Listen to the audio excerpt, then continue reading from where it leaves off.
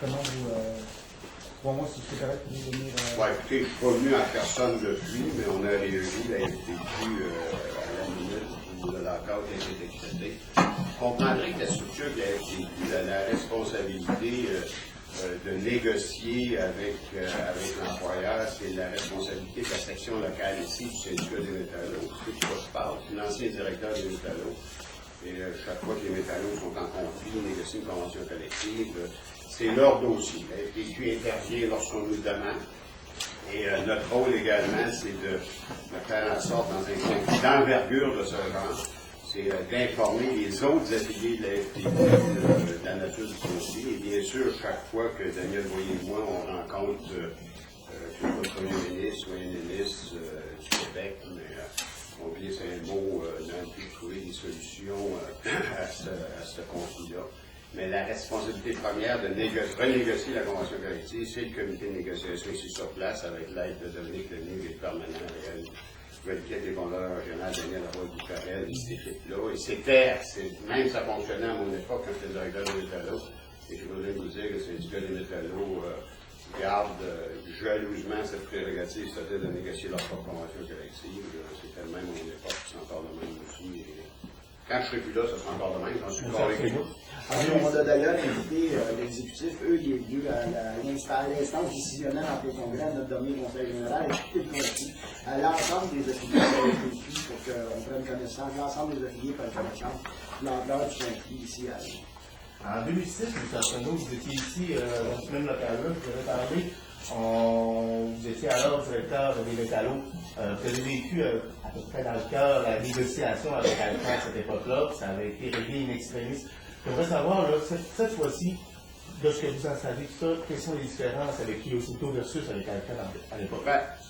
Moi, dans un premier temps, souvenez-vous, je suis content de vous parler de 2006. Lorsque Rio Tinto a acheté Alcan, on avait dit que c'était un geste un peu de cupidité, qu'il avait payé trop cher pour l'Alcan. Je ne sais pas si vous vous souvenez de ça, j'avais émis un communiqué à l'époque. Et on a vendu des parties d'Alcan, puis aujourd'hui, on essaie de faire des économies sur un achat de plusieurs années en coupant sur la main-d'œuvre. Et c'est ce qu'on note ici, et c'est le nœud du conflit. C'est un conflit ici, pas juste pour les travailleurs et les travailleuses de l'Alcan, c'est un conflit pour l'ensemble du salarié de l'Alcan. Vous savez, lorsqu'on parle de plan Nord, par exemple, chaque fois qu'on parle d'économie, on parle de bons emplois. Et ce sont effectivement des bons emplois à Rio Tinto. Des emplois de 35 $ de l'heure. Et ce qu'on veut, par contre, c'est des générations qui nous suivent, et lorsque quelqu'un de Rio Tinto Alcan quitte, qu'il soit remplacé à ces conditions-là, les conditions de la convention collective. On ne va pas se ramasser à Alma avec une catégorie importante de travailleurs et travailleuses de deuxième classe, payer la moitié des salaires de nos conventions collectives. Et moi, je trouve déplorable l'attitude de la compagnie. Vous savez, c'est l'alluminerie la plus productive au monde. Pas au Lac-Saint-Jean, au Saguenay, pas en Amérique du Nord, au monde. Et on a habilement négocié des taux secrets au niveau de l'hydroélectricité. Et on n'est pas content de ça. Il faut toujours niveler vers le bas. Les Anglais appellent ça race to the bottom. Toujours la course pour le moins cher possible, payer le moins cher possible. Et nous, ce qu'on dit comme Québécois, comme gens de la région aussi, il faut que cette richesse-là soit partagée, pas juste par les actionnaires de Rio Tinto. Il faut que les gens de la région partagent cette richesse-là. Ça commence par les travailleurs, mais il y a une suite à ça aussi. Lorsque tu as une région où les travailleurs sont bien payés, mais ces gens-là consomment. Ces gens-là font tourner l'économie. Et à l'heure actuelle, je comprends que c'est difficile pour tout le monde de la région, mais moi, je m'adresse aux commerçants de la région, je m'adresse aux industriels de la région. Si on ne règle pas ce problème-là, dans 10 ans, 15 ans, on va avoir le niveau de salaire qui est donné avec les fonds de grève à l'heure actuelle. C'est ça qui va arriver dans la région. Parce qu'on va voir l'érosion des emplois syndiqués, remplacés par des emplois non syndiqués. Et là, on va avoir une classe de travailleurs à l'Alcan, à Rio Tinto Alcan, qui vont faire la moitié des salaires d'aujourd'hui en emploi de cette époque-là. Il faut arrêter ça immédiatement, cette hémorragie-là. Immédiatement. Il faut mettre mon chapeau à la discipline et à la cohérence du syndicat local ici.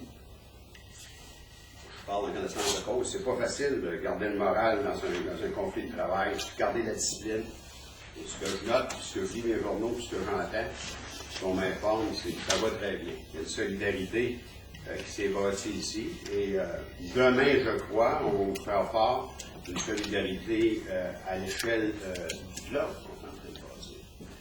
La solution de nos jours, on a affaire à des compagnies, et la dernière négociation sur les réserves d'électricité de Brou, c'est qu'on a affaire aujourd'hui à des compagnies qui sont plus fortes, plus puissantes que nos gouvernements.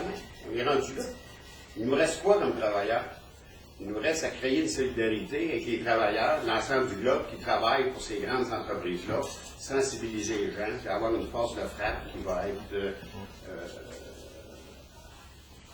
planétaire.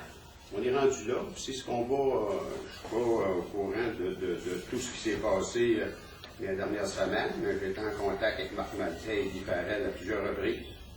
Ils m'ont appelé d'Australie, de Californie, de Nouvelle-Zélande. Et j'ai regardé sur YouTube comme nous autres. Des émissions assez intéressantes. Et c'est à suivre, mais on va transporter ce conflit-là à l'échelle de la planète. Parce que c'est un conflit injuste. C'est injuste ce qu'on fait et ce qu'on veut faire aux générations qui suivent. C'est injuste. C'est un hold-up en plein jour, ce qui se passe au niveau de l'électricité. Un hold-up en plein jour.